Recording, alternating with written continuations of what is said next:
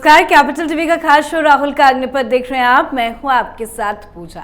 प्रधानमंत्री Narendra Modi G7 summit के लिए इटली पहुंचे हैं, जहां उनका भव्य स्वागत हो रहा है। मोदी मोदी के नारे लग रहे हैं और देश में छुपकर बैठे राहुल गांधी मोदी के इस भव्य स्वागत से परेशान हो रहे हैं। परेशान कांग्रेस पार्टी कह रही है कि अंतर्राष्ट्रीय इमेज को बचाने के लिए मोदी इटली पहुंचे हैं। तो मोदी के इटली दौरे से क्यों परेशान है राहुल गांधी, बताएंगे आपको। साथ ही एक बड़ी अपडेट आपको दे दें, कांग्रेस की धन्यवाद यात्रा को स्थगित कर दिया गया है। दरअसल लोकसभा चुनाव में जनादेश का आभार मानते हुए कांग्रेस ने 11 से 15 जून तक उत्तर प्रदेश के समस्त लोकसभा क्षेत्रों में धन्यवाद यात्रा निकालने का आयोजन किया था, जिसे बीच में ही रोक दिया गया। कहीं स्थगित करना पड़ा तो कहीं कैंसिल कर दिया गया।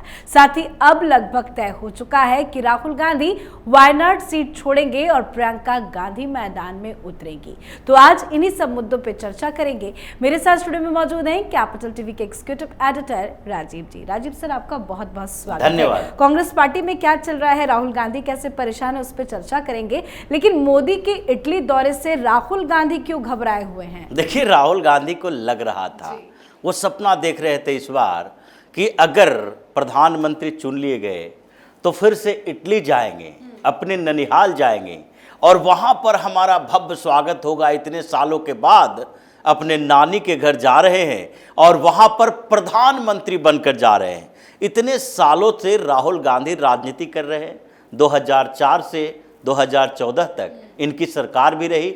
लेकिन उस समय ये इटली दौरे पर जाते थे या फिर यूरोप दौरे पर जाते थे तो इनकी मिस्ट्री ट्रिप हुआ करते थे। अभी भी इनकी ट्रिप वैसे ही होती है, 2-3 दिन के लिए कोई प्रोग्राम बनाते हैं और साथ ही उसके अलावा जो समय होता है वो इनके सीक्रेट मीटिंग के लिए होता है या फिर दूसरे कामों के लिए होता है।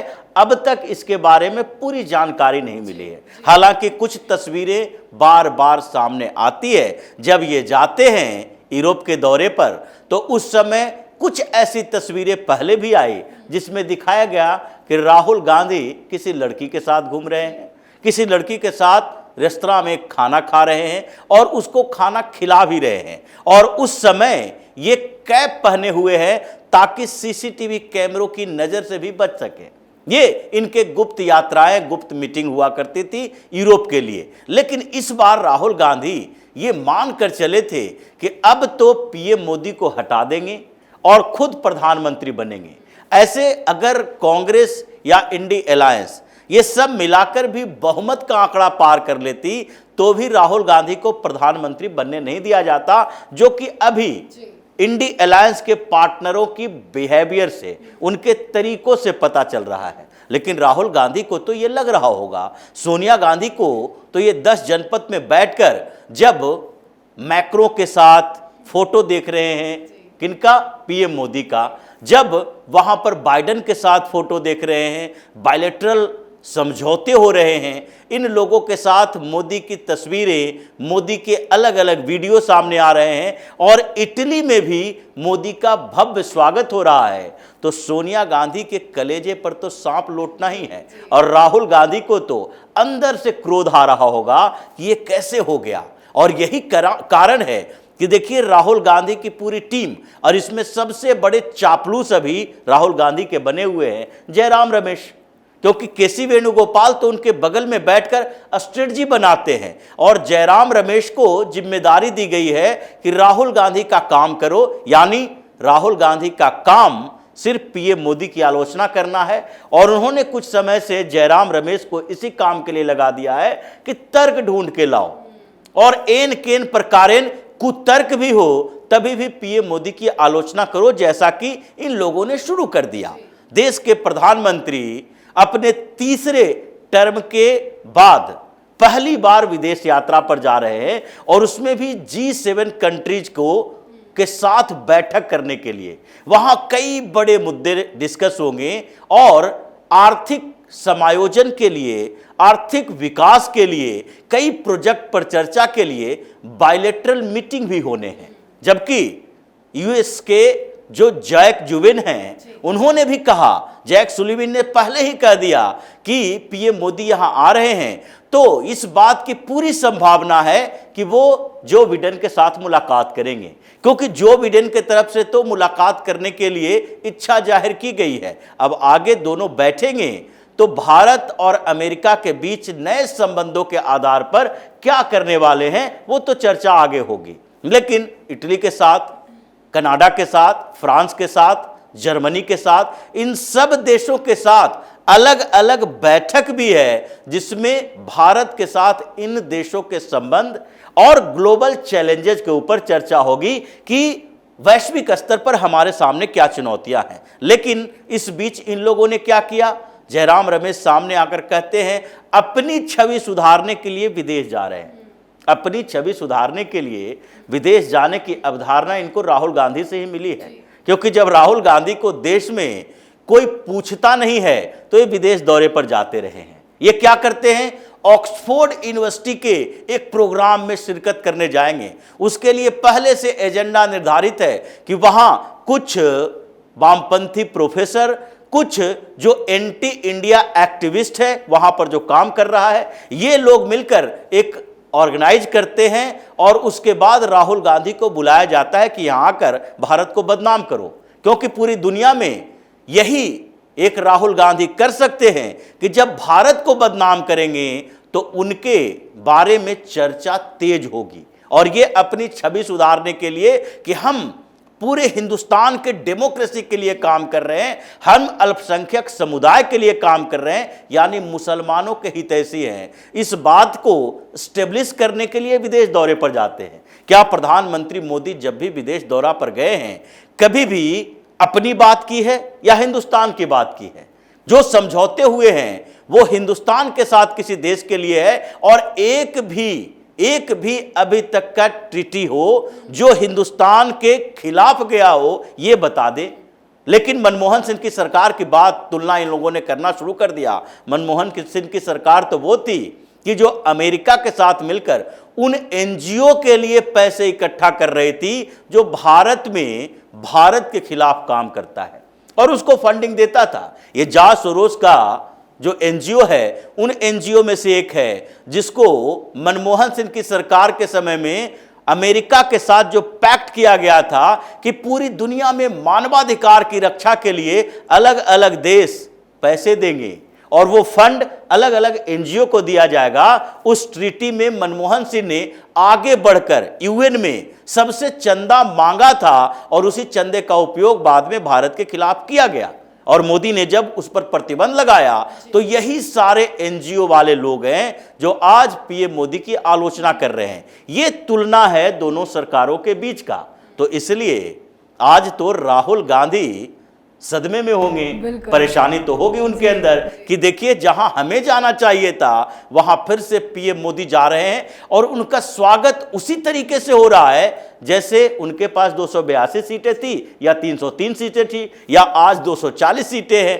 अंतर तो उनकी लोकप्रियता में अब भी नहीं है, तब भी नहीं थी, और ये इन लोगों के लिए सदमे से कम नहीं है। और लोकप्रियता तो लगातार बढ़ती ही जा रही है, मतलब राहुल गांधी की सपनों पे पानी फिर गया। खैर, राहुल गांधी वायनाड और रायबरेली की सीट को लेकर क्या सोच रहे हैं, क्योंकि एक पोस्टर भी वायनाड से सामने आया है जिसमें राहुल गांधी से ये रिक्वेस्ट की जा रही है, अपील की जा रही है कि वो वायनाड सीट ना छोड़े, और अगर वो छोड़ भी देते हैं तो प्रियंका गांधी को वहां से उतार। देखिए ये दो विचार चल रहा है। वायनाड में तो हमेशा इस बात के लिए परेशानी रहेगी, और सुधाकरन ने जो प्रदेश कांग्रेस अध्यक्ष हैं उन्होंने कह दिया कि राहुल गांधी ये गलत कर रहे हैं अगर वायनाड की जनता के साथ धोखेबाजी करते हैं तो। इनडायरेक्टली कहा उन्होंने कि इनके लिए मजबूरी हो सकती है, अगर नेशनल पॉलिटिक्स में जाना है तो रायबरेली की ओर देख रहे हैं, इसलिए वायनाड में कम से कम वहां के लोगों के साथ राहुल गांधी को जस्टिस करना चाहिए। उसी तरीके से वायनाड के लोग भी सोच रहे थे, और अब कांग्रेस के जो चमचे हैं राहुल गांधी के, उन्होंने एक नया तरीका डेवलप किया कि वहां के लोगों को समझाया जाए कि राहुल गांधी हो या प्रियंका वाड्रा हो, सब तो गांधी परिवार के ही हैं, तो आपकी सीट वैसे ही सेलिब्रिटी सीट रहेगी जैसे पहले थी। राहुल गांधी को यहां से मुक्त कर दो और यहां पर राहुल गांधी के खिलाफ कोई हंगामा ना हो, इसके लिए प्रियंका वाड्रा को वहां सेट करो। और प्रियंका वाड्रा को रायबरेली दिया नहीं जा सकता, क्योंकि राहुल गांधी जानते हैं कि प्रियंका वाड्रा अगर रायबरेली से चुनाव लड़ती है और अगर राहुल गांधी रायबरेली छोड़ते हैं तो इसका मतलब है कि कांग्रेस में और लोगों के बीच, जो कांग्रेस के समर्थक हैं, उसके बीच ये मैसेज जाएगा सोनिया गांधी की उत्तराधिकारी राहुल गांधी नहीं, प्रियंका वाड्रा हैं। इसीलिए तो प्रियंका वाड्रा को रायबरेली से चुनाव नहीं लड़ने दिया गया, यहां तक कि बगल की अमेठी सीट भी नहीं दी गई। अब उपचुनाव में उतारने की तैयारी की जा रही है, क्योंकि ये कांग्रेस के अंदर चल रहे असंतोष को दबाने का तरीका है। और हो सकता है राहुल गांधी, जो नेता प्रतिपक्ष की भूमिका इन्हें दी जा रही है, वो हो सकता है प्रियंका वाड्रा को अगर वहां से उपचुनाव में खड़ा करते हैं तो उसके बाद यह संभावना होगी कि फिर से अपनी जिम्मेदारी किसी और के कंधे पर दो और उसके बाद खुद अब सोनिया गांधी जब संसदीय दल के नेता का पद छोड़े तो वो संसदीय दल के नेता का पद राहुल गांधी के पास जाए। इसीलिए वायनाड में अभी कांग्रेस दो गुटों में बटी हुई है और पूरे केरल में इस बात की चर्चा है कि राहुल गांधी के यहां आने से केरल में कुछ सीटें प्रभावित हुई है और उसको कांग्रेस को फायदा हुआ। राहुल गांधी के जाने से फिर से वही स्थिति आएगी, कम्युनिस्ट पार्टी यहां पर हावी होगी, कांग्रेस को नुकसान होगा। अब उसके बदले प्रियंका वाड्रा को भेजें या फिर किसी और नेता को भेजें, कांग्रेस के लिए नुकसान होना था जो लगभग हो चुका और ये जो यूपी में धन्यवाद यात्रा होनी थी, उसको लेकर क्या कंफ्यूजन चल रहा है, क्यों स्थगित कर दिया गया? देखिए, ये तो अखिलेश यादव की धमकी का नतीजा है। क्या हुआ कि कांग्रेस पार्टी ने यह सोचा कि रायबरेली में, अमेठी में तो धन्यवाद दे ही रहे हैं, अब पूरे उत्तर प्रदेश में फिर से एक बार राहुल गांधी की यात्रा कराई जाए। पहले तो ये भारत जोड़ो न्याय यात्रा की तरह ही यात्रा कराने की बात कर रहे थे, उसके बाद इन्होंने स्ट्रेटजी बदली और कहा कि राहुल गांधी कांग्रेस के कुछ नेताओं के साथ, जैसे अजय राय भी शामिल होंगे, हर विधानसभा में, उत्तर प्रदेश के 403 विधानसभा क्षेत्रों में, यानी कि लोकसभा क्षेत्र में अलग अलग जगहों पर 5 से 7 विधानसभा क्षेत्र हैं, लेकिन सारे विधानसभा क्षेत्रों में राहुल गांधी की यात्रा गुजरनी चाहिए लोगों को धन्यवाद देने के लिए। जब कांग्रेस ने ये प्लान बनाया और हर जगह पर जो बात कही जाने वाली थी कि हर जगह पर यह बताया जाएगा कि इस बार की जीत में राहुल गांधी की बड़ी भूमिका है, अखिलेश यादव की तरफ से एक लेटर आया और कांग्रेस के दफ्तर में इस बात की चर्चा होने लगी, क्योंकि अजय राय को समाजवादी पार्टी के लोगों ने कहा कि जब जीत की बात है तो ऐसे समय में आप जीत का सेहरा राहुल गांधी के सर पर नहीं डाल सकते। इसीलिए अगर दोनों पार्टी का गठबंधन है और गठबंधन का बड़ा पार्टनर जो है वो समाजवादी पार्टी है, तुम छोटे पार्टनर हो, 37 सीट और 6 सीट, ये बड़ा डिफरेंस है।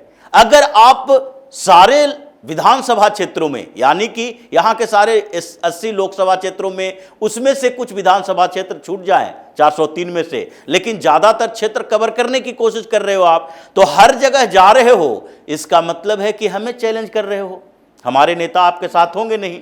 तो कांग्रेस अपना आधार मजबूत कर रही है और उन क्षेत्रों में भी आधार मजबूत कर रही है जहां समाजवादी पार्टी ने जीत दर्ज की है, उन क्षेत्रों में भी आप जाओगे जहां समाजवादी पार्टी की जीत हुई है और वहां भी आप यही बोलोगे कि हमने राहुल गांधी की यात्रा का प्रभाव पड़ा उत्तर प्रदेश में, राहुल गांधी का कद बढ़ा है, तो फिर अखिलेश यादव का क्या होगा?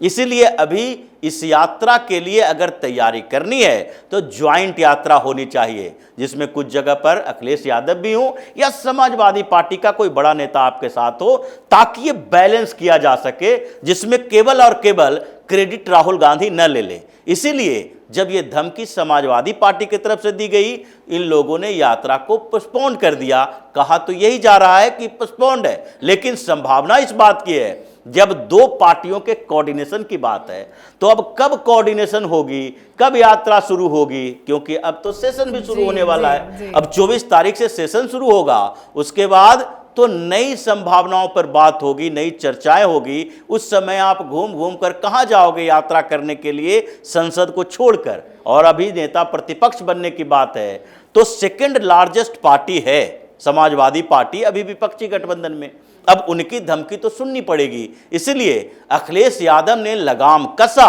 और राहुल गांधी ने यात्रा को रद्द कर दिया। मतलब यात्रा स्थगित नहीं, मुझे तो लगता है कैंसिल ही अब हो गई है। बहुत बहुत धन्यवाद सर समझाने के लिए। धन्यवाद। तो पीएम मोदी इटली में है तो इधर राहुल गांधी काफी ज्यादा परेशान है, अपनी परेशानियों से उभर ही नहीं पा रहे हैं। साथ ही रायबरेली और वायनाड के बीच में बुरे फंस गए हैं। रायबरेली कांग्रेस की पुश्तैनी सीटों में से एक मानी जाती है, तो ऐसे में अटकलें चल रही है कि राहुल गांधी वायनाड सीट को छोड़ने का फैसला करेंगे। इसे लेकर वायनाड में एक अलग ही माहौल भी नजर आ रहा है। पोस्टर्स लगाए गए हैं और पोस्टर्स में लिखा गया है कि प्लीज हमें छोड़कर मत जाइए, और अगर जाना ही पड़े तो बहन प्रियंका गांधी से हमारा ख्याल रखने को कहें। मतलब कांग्रेस ने रणनीति बना ली है, अब बस ऑफिशियल अनाउंसमेंट होना बाकी है। इस पर आप अपनी राय कमेंट कर लिखें।